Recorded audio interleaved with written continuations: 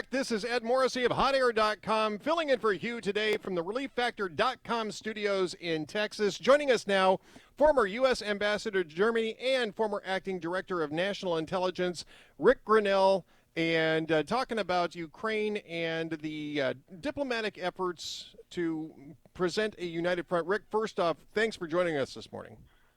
Well, thanks for having me, and of course, hello to Hugh. I'm sure he's listening. I'm sure that Hugh is absolutely listening to this, and I know that he would be a master of this were he in the seat today. But Rick, I'm glad that we have you because you have a lot of firsthand experience with the players here that are involved. You know, there's been a lot of talk about the most massive sanctions package possible. Most massive sanctions package in history being applied against Russia right now.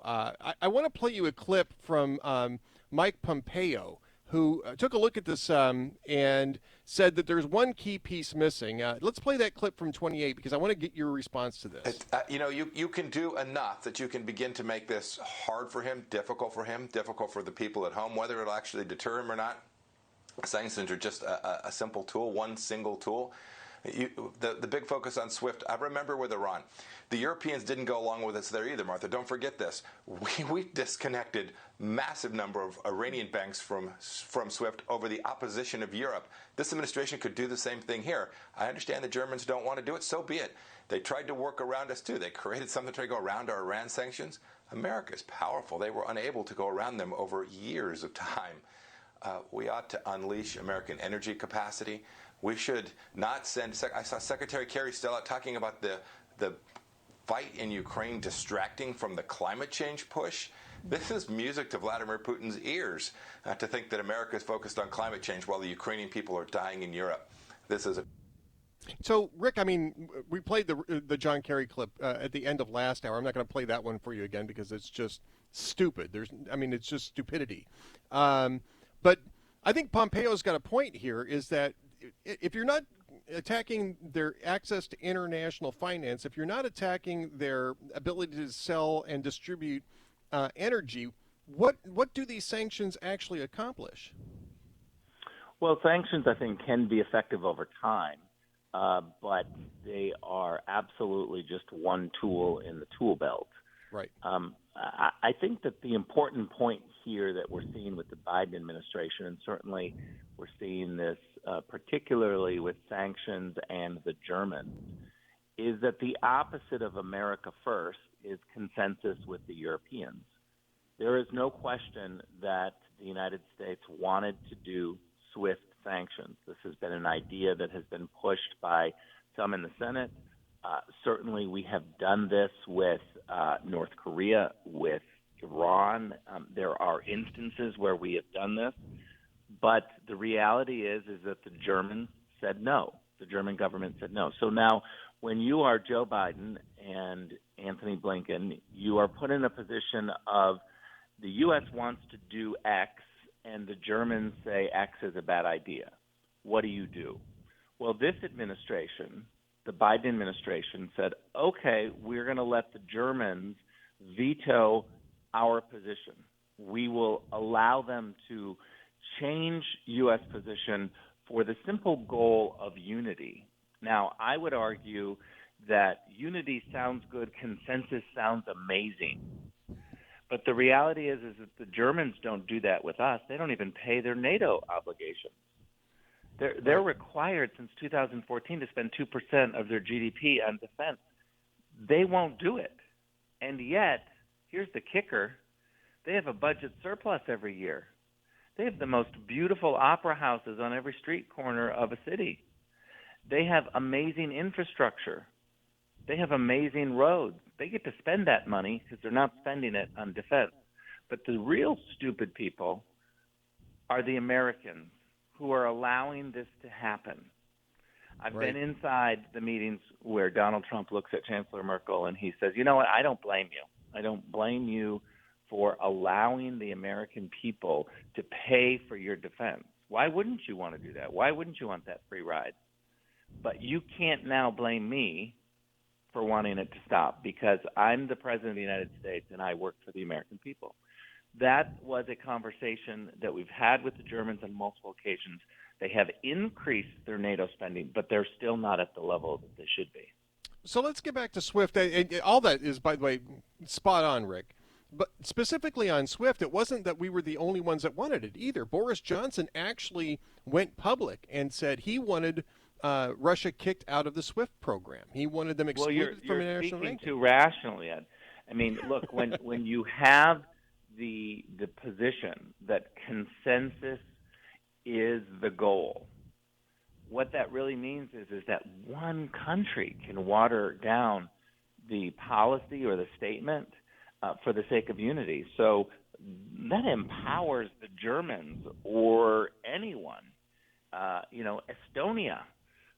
You can have any NATO member, any EU member decide that they don't like something and they veto the U.S. policy simply because Joe Biden wants to be applauded in Europe and he has bowed to the throne of unity and consensus. Now, I would argue that consensus sounds good and could be something that you could look for, but if that is your goal, then you are literally not helping the American people, and here's why. We have a different threat assessment than the Germans or Europeans. I can tell you that the Germans absolutely don't believe that if Iran got a nuclear weapon, that Iran is going to launch that nuclear weapon in Frankfurt or Hamburg or Berlin.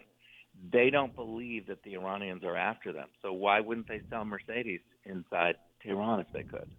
Right, exactly. It's about national self-interest, and when those align, that's great. When they don't, you still have to be free to pursue your own national self-interest. And I think that Britain and the United States certainly think that it would be in our national self-interest to kick Russia out of the SWIFT program. Certainly would have the biggest impact on their ability to finance the war in Ukraine. I mean, this is you heard Joe Biden yesterday, and we got a few minutes still left here, so I'll ask you what your assessment of that is. But I specifically want to know what your assessment is of the idea that, look, let's take a look after a month and see where we're at with the sanctions. The Ukrainians don't really have a month; they're probably a few days away from losing their capital. Look, I would be all for a judicious, slow ratcheting up of sanctions before a bloody war starts. Right. But this is the whole ridiculousness of the Biden policy is that he spent weeks messaging to the world that a bloody war was coming on Wednesday, and yet sat by and didn't do anything and said, you know what, I need to see the blood before I start sanctions. That is a ridiculous idea. It's very un-American, by the way, to know that bloodshed is coming and to say, I'm just going to watch and keep messaging that the blood is coming, but I'm not going to do anything. We remember, and this is a very important point, the Trump administration had sanctions, crippling sanctions on the Nord Stream 2 pipeline. That Nord Stream 2 pipeline was not put online during the Trump administration. Although I can tell you, as acting director of national intelligence, all of the pundits and all of the spin doctors who kept saying that the pipeline is 99% completed, so there's nothing we can do about it, were lying to you. For years, we were told it was 99% completed. And so what I would just say is to sit by when you know a bloody war is coming, when you have access to intelligence and you can see evidence that others can't, and you message a bloody war is coming and you do nothing. Well, I got to tell you, you're just playing right into Putin's hands because you're not deterring him. And when you talk about a war coming, you're ruining the Ukrainian economy. So I actually thought that the Ukrainian president had a very good point when he said to Joe Biden, your policy is the worst of both worlds. It's not deterring Russia, and it's ruining our economy. And yet the Biden team did not change course. Rick, we got about a minute left. What do you see as the smart way forward right now? As you know, while kinetic military operations are going on in Ukraine, what should the U.S. and the West be doing right this very minute? I have to tell you that I'm really pissed off at this question that I keep getting, to be honest, and here's why. Sure. We are in a situation now where our choices are terrible and really terrible, and now we are being called upon to try to help Joe Biden out of this by saying, now what would you do? You know what I would do if I were in charge and if I could control the options? I'd throw Joe Biden out of the office. I would throw him out of the White House and say, you have messed up this policy so much. We're in a dark corner in an alley surrounded. This is a terrible situation that was avoidable if he would have put the tools of the U.S. government into play before we got into the corner. But now we're in a position where anything that I say, anything that anyone says that has had experience in this area is going to sound really weak and terrible. Right. Because Joe Biden has ruined this policy. I just got to finish with this because there's not enough attention on it. Joe Biden took the Houthis off the terror list, and the Houthis missile attacked the United Arab Emirates. Think about that. The media almost did a blackout of this story. It's an incredible story of Biden weakness. And that has been what leads to this type of disaster.